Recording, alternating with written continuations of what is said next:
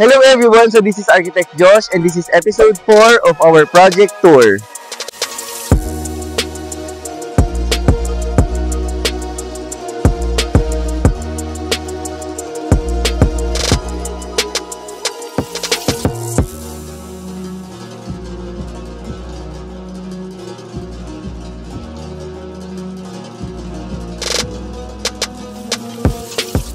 Ayan, so nakita nyo na yung pinaka-glimpse ng project natin. And ang good news, hindi lang ako ang mga kasama nyo sa vlog na to, kundi makikilala nyo yung 2 newest members ng team na isang architect and isang engineer na naging part ng design phase and construction phase. Introducing of course, Engineer Cha and Architect Luigi.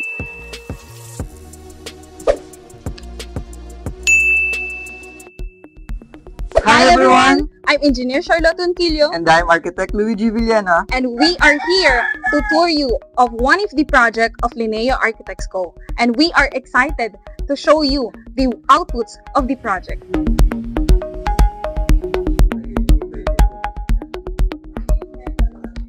Ayan, so kung mapapansin nyo sa stair, sa design is metal stair talaga siya. Pero upon considering nga na magkakaroon ng concrete din, nag-abang din tayo ng mga bakal in case lang na magkaroon ng buhos sa stair natin. Then, sige, akyat muna kayo. Ayan. So, kung mapapansin nyo, yung railings natin is made of tubular. So, one main reason why tubular tayo is first is low maintenance and yung durability niya kasi throughout the time, unlike on the glass part. Since it is an apartment, magkakaiba yung mga resident ng mga tumitira. So kapag ka glass, may possibility kasi na masira siya throughout the time since fragile si glass. So tara. So, one last minor changes upon on the construction is yung flushing natin. So, later, ayan, the flushing. So, kung mapapansin nyo, medyo lumaki yung flushing natin compare doon sa pinaka-design. So, why? Upon considering kasi yung pinaka-slope nung roof natin, need natin magtaas ng height dito sa may trusses. So, para maganda yung flow, kapag in case na umulan, yung flow nung pinaka patak ng ulan is papunta talaga dun sa mismong gutter natin.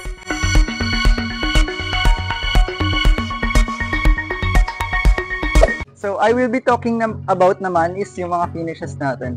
So before we talk about that, isang advantage muna ng pagkuha ng professionals is yung pagkakaroon ng proper designs and designation ng windows or ng fixtures natin.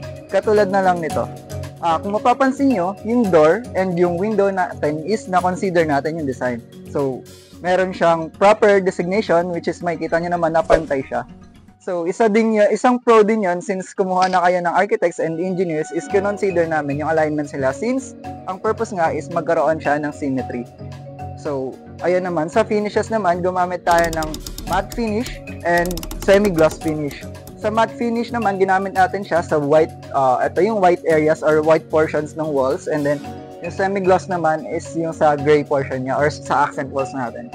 Meron pros and cons ang paggamit ng matte finish sa ating exterior wall. So, ang paggamit ng matte finish is, ang pro niya is isa doon, yung matatago niya yung imperfections ng wall. As you can see, hindi nyo nakikita yung bako-bako or yung curve ng wall since, ayun nga, matte finish siya. Hindi niya nare-reflect yung light na ginigive out ng sun. Yun nga lang, medyo doon natatalo siya since mas prone siya dun sa dirt. Hindi siya dirt resistant, unlike sa semi-gloss paints. So, ayun, yung isa sa mga pinagkaiba ng semi-gloss and ng matte finish.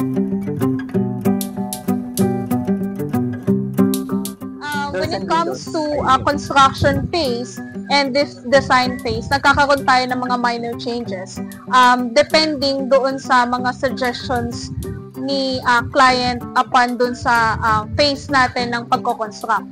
So, one of the example is, kung mapapansin nyo, meron tayong grills, pero on the design, wala tayong grills na nalagay. So, it is an option kay client na mag-additional ng gusto niyang ilagay pa dun sa window. And secondly is yung about sa mga door.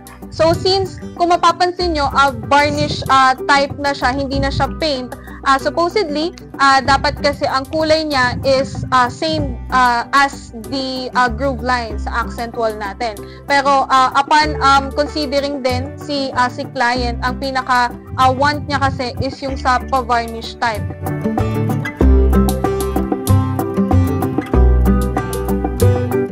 Ayun, since Arkiluigi, nabanggit na din natin yung about sa mga beams, bakit nga ba naka-expose yung mga beams natin sa ground floor unlike sa second floor? So, sa design natin, meron tayong underslab. So, sa underslab, ang meaning nito is sa mismong ilalim ng slab is doon nakadikit yung ceiling natin. So, since sa ground floor nga natin is meron tayong design na underslab, meron tong pros and cons. Isa na lang sa pros nito is mamamaximize natin yung floor to ceiling height since hindi nga tayo nagbaba ng ceiling.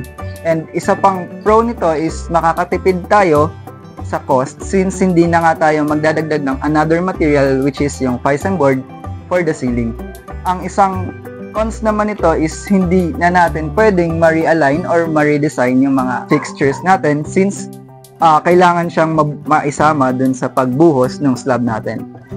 So, medyo naging lucky lang tayo sa design natin since na-experience natin yung both underslab and then yung may ceiling tulad na lang na nasa second floor natin.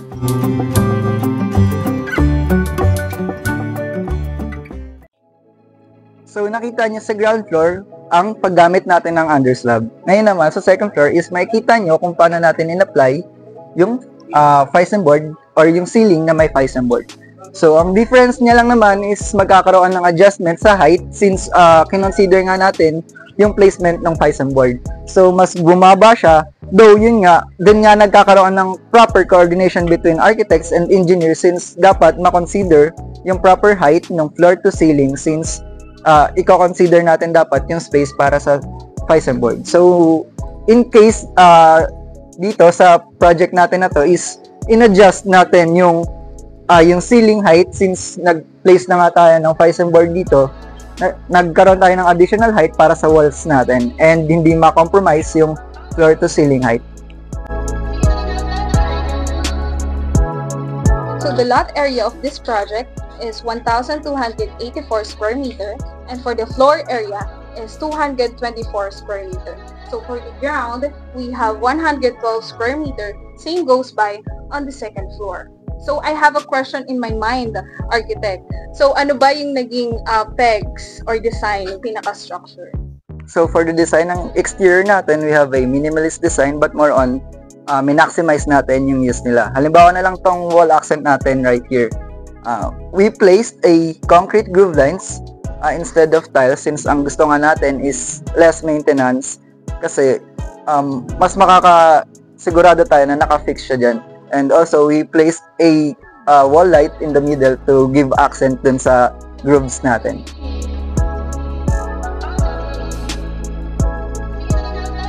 Actually guys, very special ng project na to kasi meron mga scope of works na hindi included sa amin. Like for example, itong kitchen cabinet, yung mga grills na nabanggit na Engineer Cha kanina, yung main door, and of course yung barn door. Pero since part na siya ng pinaka-unit, i-explain namin yung difference ng mga type of materials na nagamit. Kaya halika, pasok ka.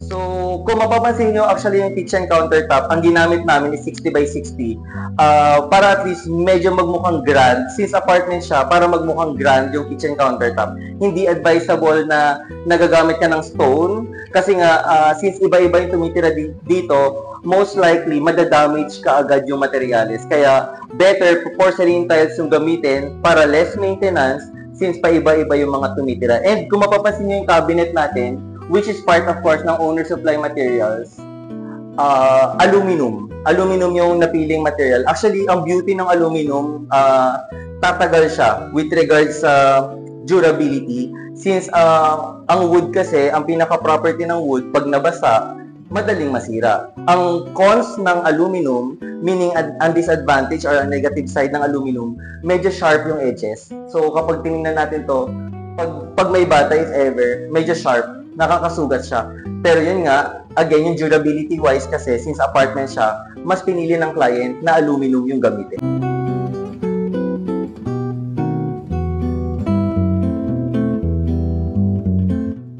So tara, kung mapapansin natin, para magmukhang malaki yung space ng unit, gumamit kami ng light colors both sa floor and sa wall.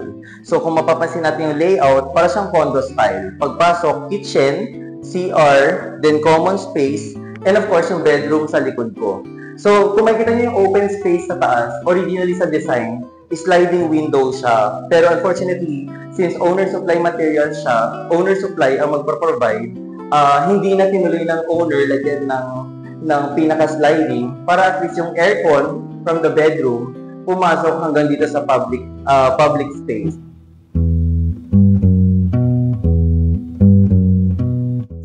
And dito naman sa right side nyo, makikita nyo yung CR.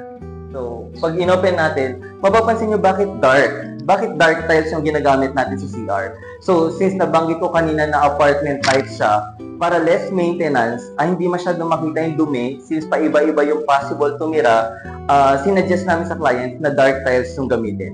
Pero of course, para magmukhang grand, din kahit papano yung CR, gumamit kami ng one-piece toilet. Kung mapapansin nyo dito, one piece yung tawag dito kasi yung tangke ng water closet, nakakonect na mismo sa pinaka inuupuan ng tao.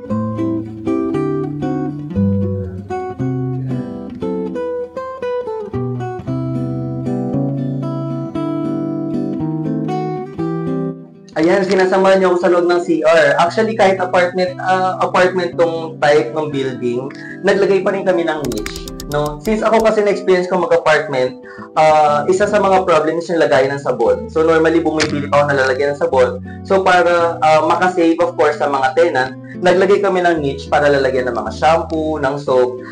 Kumbaga, at least, magmumukhang parang homey yung pinaka-finish nung CR. And of course, since medyo maliit yung space, gumamit kami ng parang 2-in-1 na lavatory na pwedeng sabitan ng hand towel yung mismong ilalim ng lavatory. And of course, since apartment siya, ang pinaka-style nung tiles dito sa loob is half tiles and then half is painted. So actually dito paglabas natin, makikita natin yung panel board sa likod ko. Panel board, yun yung term kung saan makikita natin yung mga breakers ng electricity. So actually, bakit dito namin naisipan nilagay si panel board? So again, since apartment siya, kapag apartment ka kasi, hindi mo talaga maiikot yung buong unit. So para maging exposed, madaling hanapin yung pinaka switches ng ilaw or yung pinaka breakers. Nilagay namin siya kung saan medyo exposed, pero at the same time, medyo nakatago kasi pag swining mo yung door, hindi na siya kita. So, yun yung pinaka-reason kung bakit namin nilagay sa likod ng door instead sa loob ng cabinet kasi normally nilalagay siya sa loob ng cabinet ng kitchen.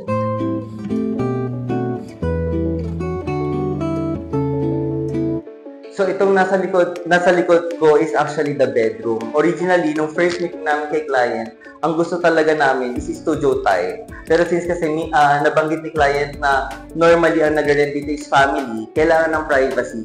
Kailangan pa rin ng privacy. So, ang ginamit naming door to save space, of course, is barn door. So, barn door yung term kapag ang mechanism is nasa taas and then parang sliding door siya. So, again, hindi to part ng scope namin. So, na-turn over namin yung project nang walang door. So, tara, pasok tayo sa bedroom. So, ganito kalaki yung pinaka-bedroom. So, kung makikita natin sa render, enough space lang siya for the bed. And then, dito nakalocate yung table. And then, dito naman yung pinaka-wardrobe. So, kung makikita natin sa likod, nag-aalat din kami ng space for aircon. Since dito sa Philippines, necessity na yung aircon, gawa nung panahon is mainit. Kaya, regardless kung may air conditioner, kung may air conditioning unit si tenant or wala, meron pa rin nakaabang. So, meron yung cover if ever hindi gagamit yung aircon. Andun sa floor, nahulog sa floor yung pinaka-cover. So, ibabalik na lang ng team kasi sobrang hangin ngayon dito sa loob. So, Yan. So, since nakita na natin yung buong unit, ang ginamit kasi namin sa buong unit is one color lang, at least para ma-maximize yung buong look ng space. So, again, sila Engineer Cha, tsaka si Architect Luigi, hindi na nakapasok sa loob. So, susunduin ko na sila from the outside. Tara! So, I hope marami kayong natutunan dito sa vlog na to, both sa exterior part and sa interior part. And you know what? Dito sa Linea, we do not encourage conflict.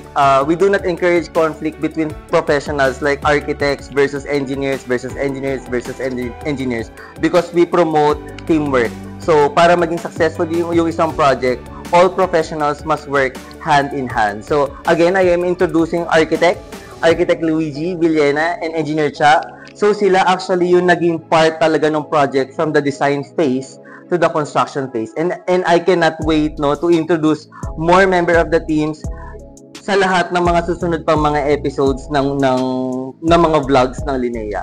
So again, thank you so much for watching. Please follow us on your social media accounts. Links will be provided below. And laging tandaan, sa Linea, kaya!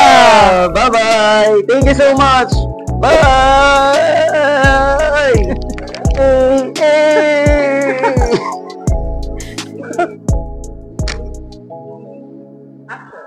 So tara, try natin pumasok sa isang unit.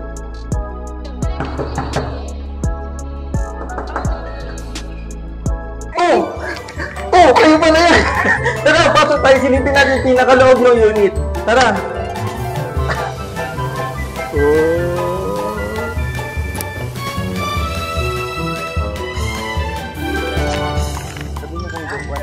Go daw. Yan. Ito, yan. Ang ganda ito.